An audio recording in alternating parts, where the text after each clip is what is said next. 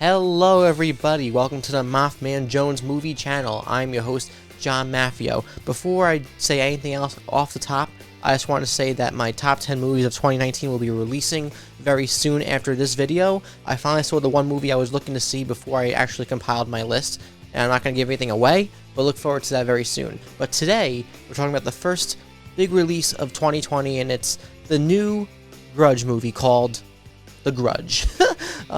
It's kind of a continuation of the past American remakes of the Ju-on movies. That released, the first one released in 2004 starring Sarah Michelle Gellar, then we had a second one in 2006, then another one in 2009 that was a direct-to DVD movie, and now we have this Force Awakens approach where it is a sequel to what's come before, but it's also rebooting the franchise in a way, and it's directed by Nicholas Pesce, who did a movie called The Eyes of My Mother, which is apparently really good, but I've never seen it before.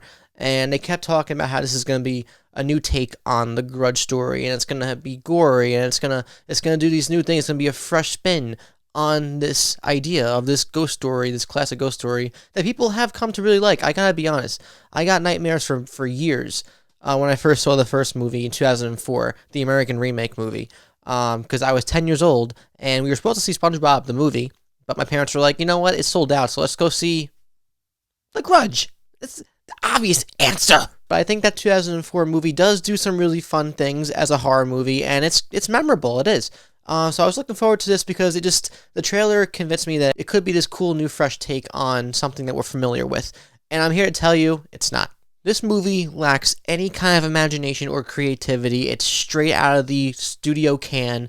It's the exact same story and movie that we saw in Ju-on 2004 American Remake 2. It's the exact same movie with a nice visual palette. I gotta say, visually, the movie looks really, really pleasant to watch, and it has the atmosphere of a horror movie. And it does have really great actors in it. Some of the storylines in this I actually was interested in, but they were so half-baked or completely undercooked that I didn't care by the end of it. But it's the same structure where it's multiple stories with multiple families or characters that encounter this house, and the house is in America, and the whole thing is that if you step into this house, you will be befallen with this curse, and the curse starts when there is an act of rage, and the act of rage within a family or a murder creates this entity that stays in the house and then permeates and spreads to whoever goes inside said house.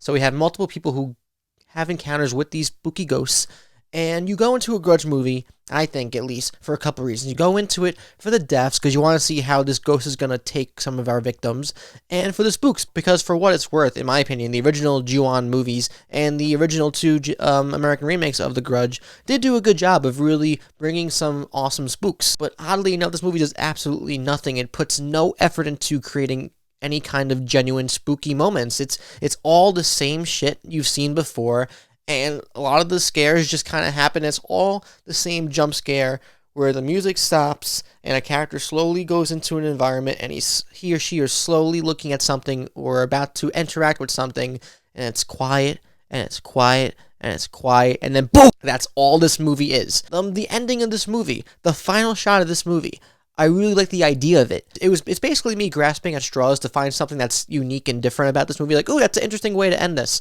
But what happens before it is so lazy. And when a movie comes out in the first week of January, usually it doesn't bode well or show well. If people who have seen movies for a long time, you know that January horror movies usually they're the worst. They're the worst. But I had some hope, some spark of hope that maybe this could have been a fun ride. And it's just, I was watching this and I was enjoying it in the moment, but the moment I left the theater and I started thinking about this movie, I realized there's nothing redeeming about this. At least in my opinion, there's nothing redeeming about this. I would rather go back and watch Ju-on or Ju-on 2 or the American remakes of The Grudge and Grudge 2. Not to mention they squander most, if not all, opportunities that they have to bring a genuine scare to audiences.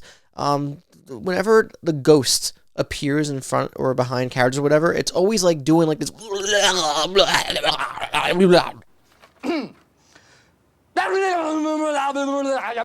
as I record this, we're in the midst of learning more information about this U.S. drone strike that killed an Iranian general that could cause World War III possibly, or some kind of war like what happened in 2003. So, you know what? If we get drafted into a war, I guess I'll find out very soon. We'll find out very soon. But I'm going to keep making these videos just to push on because this world sucks. Australia is on fire. But I wanted to find something fun from this Grudge movie just as escapism, but this doesn't even do anything to accomplish that. The Grudge 2020 is a creatively deficient movie. It has nothing going on for it. It's the same exact movie that came out in 2004, or the Ju-on original Japanese horror movie. It's the same movie. The concept is cool. Multiple story arcs coming together to coalesce in a climax that usually tends to be this crazy horror show of spectacle when it comes to jump scares and spooks.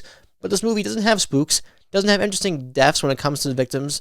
The actual scary ghosts aren't even scary either. They try too hard with the makeup to make them look terrifying, but they don't use them in ways that are fun. It's all the same thing we've seen before. It's just lacking any kind of imagination. There's really not much here. I love the cast. I like a couple of the arcs until they squander the opportunities they have leading into the end of these arcs. I don't recommend seeing this new Grudge movie. I would only recommend seeing it in a theater or seeing it at all if you have a group of people with you to make fun of it with. That's the only reason why I would recommend this. Don't go see this out of genuine, pure interest because you'll be disappointed like I was. But now I want to know from all you guys, have you seen the first big movie of 2020 to release, The Grudge 2020 edition? Let me know in the comments down below. Did you like it more than I did? Do you feel the same way I do?